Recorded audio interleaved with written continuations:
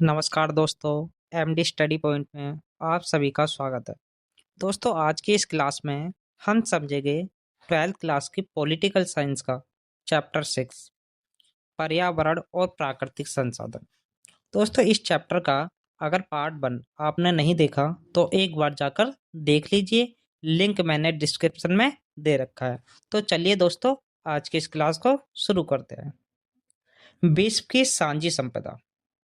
दोस्तों, साझी संपदा उन संसाधनों को कहते हैं जिन पर किसी एक का नहीं बल्कि पूरे समुदाय का अधिकार होता है। जैसे संयुक्त परिवार का चूल्हा, चारागाह, मैदान, कुआं या नदी साझी संपदा के उदाहरण है।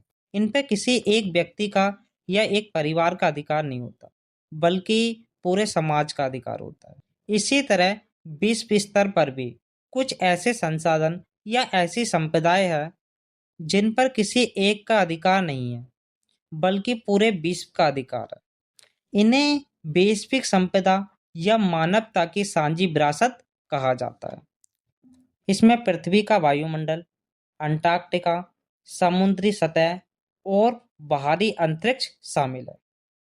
दोस्तों, अब हम समझते हैं साझी परंतु अलग अलग जिम्मेदारियां। पर्यावरण को लेकर उत्तरी तथा दक्षिणी गोलार्ध के देशों का अलग अलग रवैया है। दोस्तों, विषुवत रेखा के उत्तर में जो भी देश आते हैं वे उत्तरी गोलार्ध के देश कहलाते हैं, और विषुवत रेखा के जो देश दक्षिण में आते हैं उन्हें दक्षिणी गोलार्ध का देश कहा जाता है।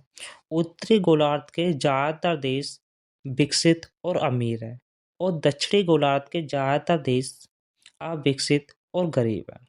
इन दोनों का पर्यावरण को लेकर अलग अलग रवैया था। उत्तरी गोलार्ध के देशों का कहना है कि पर्यावरण के संरक्षण को लेकर सभी देशों की जिम्मेदारी बराबर हो, लेकिन दक्षिणी गोलार्ध के विकासशील देशों का कहना है कि पर्यावरण को नुकसान उत्तर के विकसित देशों के औद्योगिकरण के कारण हुआ है। इसलिए पर्यावरण की सुरक्षा को लेकर इनकी जिम्मेदारी भी ज्यादा होनी चाहिए, और विकासशील देश अभी औद्योगिकरण की प्रक्रिया से गुजर रहे हैं, इसलिए उन पर कोई भी प्रतिबंध ना लगाए जाए। इस प्रस्ताव को 1992 के रियो सम्मेलन में स्वीकार कर लिया गया था।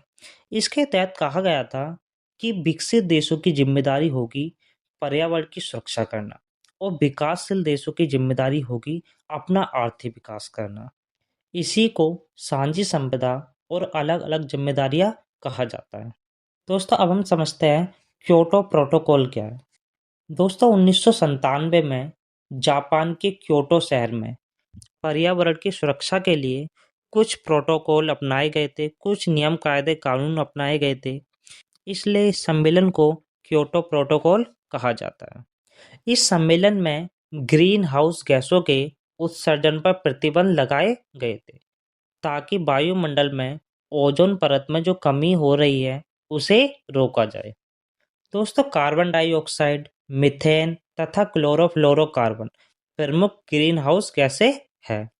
दोस्तों, भारत, चीन और अन्य विकासशील देशों को क्योटो प्रोटोकॉल की बाध्यता से दूर रखा गया था। इनके ऊपर इस सम्मेलन में कोई भी प्रतिबंध नहीं लगाए गए थे, क्योंकि ग्रीन हाउस गैसों के उत्सर्जन में इन देशों का कोई खास योगदान नहीं है।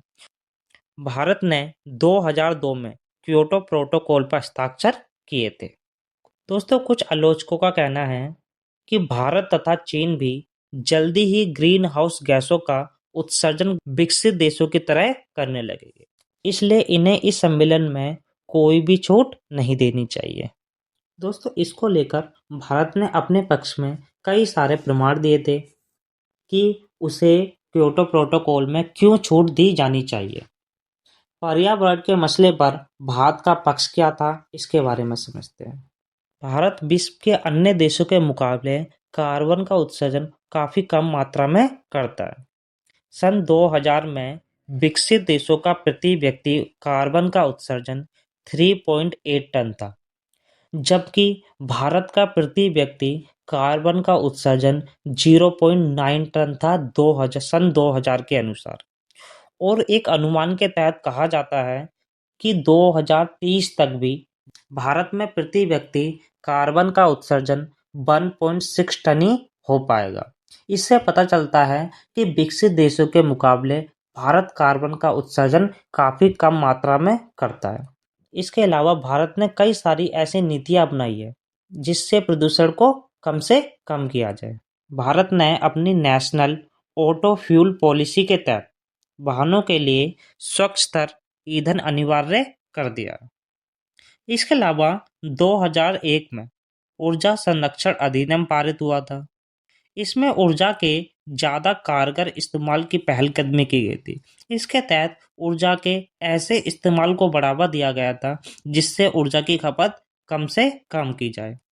इसी तरह 2003 के बिजली अधिनियम में नवीकरणीय ऊर्जा के इस्तेमाल को बढ़ावा दिया। भारत अब बिजली बनाने के लिए ज्यादा से ज्यादा अपरंपरागत स्रोतों का प्रयोग करता है। तो दोस्तों, ये सभी काम भारत के द्वारा पर्यावरण की सुरक्षा के लिए किए गए हैं। वन प्रांतर क्या है? दोस्तों, अब हम समझते हैं वन प्रांतर। दोस्तों, वनों के कुछ हिस्सों को पवित्र मानकर उन्हें काटा नहीं जाता। ऐसा माना जाता है कि इन स्थानों पर देवी देवताओं का वास है। इन्हें वन प्रांतर कहा जाता है।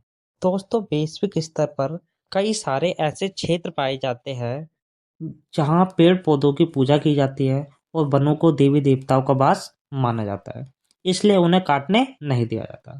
तो सरकार इस प्रथा को बढ़ावा देती है क्योंकि सरकार का मानना है ये प्रथा कैसी भी रही हो लेकिन इसके कारण वन सुरक्षित रहते हैं। इन वन प्रांतर को अलग अलग राज्यों में अलग अलग नाम से जाना जाता है। दोस्तों, अब हम समझते हैं वन प्रांतर के विभिन्न राज्यों में अलग अलग नाम किस प्रकार है। राजस्थान में इसे बानी के नाम से जाना जाता है और झारखंड में जहराथान और सरना के नाम से इसे जाना जाता है। मेघालय में लिंगदो के नाम से इसे जाना जाता है। केरल में काऊ, उत्तराखंड में थान या देवभूमि और महाराष्ट्र में इसे देवरहितस के नाम से जाना जाता है। दोस्तों, अगला हम देखते हैं भारत सरकार द्वारा पर्यावरण को संरक्षण करने के लिए उठाए गए कदम। दोस्तों, भारत ने पर्यावरण को संरक्षण करने के लिए कई सारे कदम उठाए हैं। पहला, भारत ने अपनी नेशनल ऑटो फ्यूल पॉलिसी में बदलाव किया है। इसके तहत भारत में चलने वाले वाहनों को स्वच्छ ईंधन अनिवार्य कर दिया है। इसके तहत भारत ऐसे किसी भी चीज का उपयोग नहीं करेगा जिससे ज्यादा से ज्यादा पोल्यूशन हो। इसके अलावा भारत में सीएनजी द्वारा गाड़ियां चलाई जाने लगी है। भारत में सीएनजी को बढ़ावा दिया जाता है। भारत में कई सारी गाड़ियां सीएनजी से अब चलाई जाती है ताकि प्रदूषण कम से कम हो। इसके अलावा 2001 में ऊर्जा संरक्षण अधिनियम पारित किया गया था जिसके तहत भारत में ऊर्जा के ऐसे प्रयोग को बढ़ावा दिया गया ताकि ऊर्जा की खपत कम से कम हो। 2003 में बिजली अधिनियम पारित किया गया जिसके तहत कहा गया कि बिजली का उत्पादन ज्यादा से ज्यादा अपरंपरागत स्रोतों के जरिए किया जाए, जैसे जल विद्युत, पवन ऊर्जा, सौर ऊर्जा आदि के प्रयोग को भारत में बढ़ावा दिया गया था। और इसके अलावा स्वच्छ कोयले के उपयोग को भी भारत में बढ़ावा दिया जाने लगा है। इसके अलावा भारत में इलेक्ट्रिक वाहनों को मंजूरी दी गई है और रसोई में एलपीजी के प्रयोग को बढ़ावा दिया गया है। तो ये सभी कदम भारत सरकार के द्वारा पर्यावरण की सुरक्षा के लिए उठाए गए हैं। मूल निवासी। दोस्तों, 1982 में संयुक्त राष्ट्र संघ ने मूल निवासियों के लिए एक परिभाषा दी है।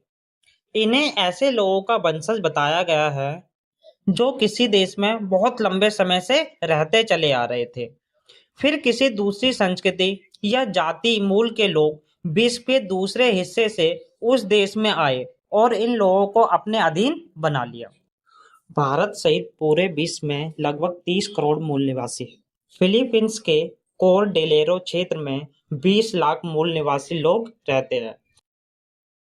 चिले में मामुसे नामक मूल निवासी की संख्या 10 लाख है।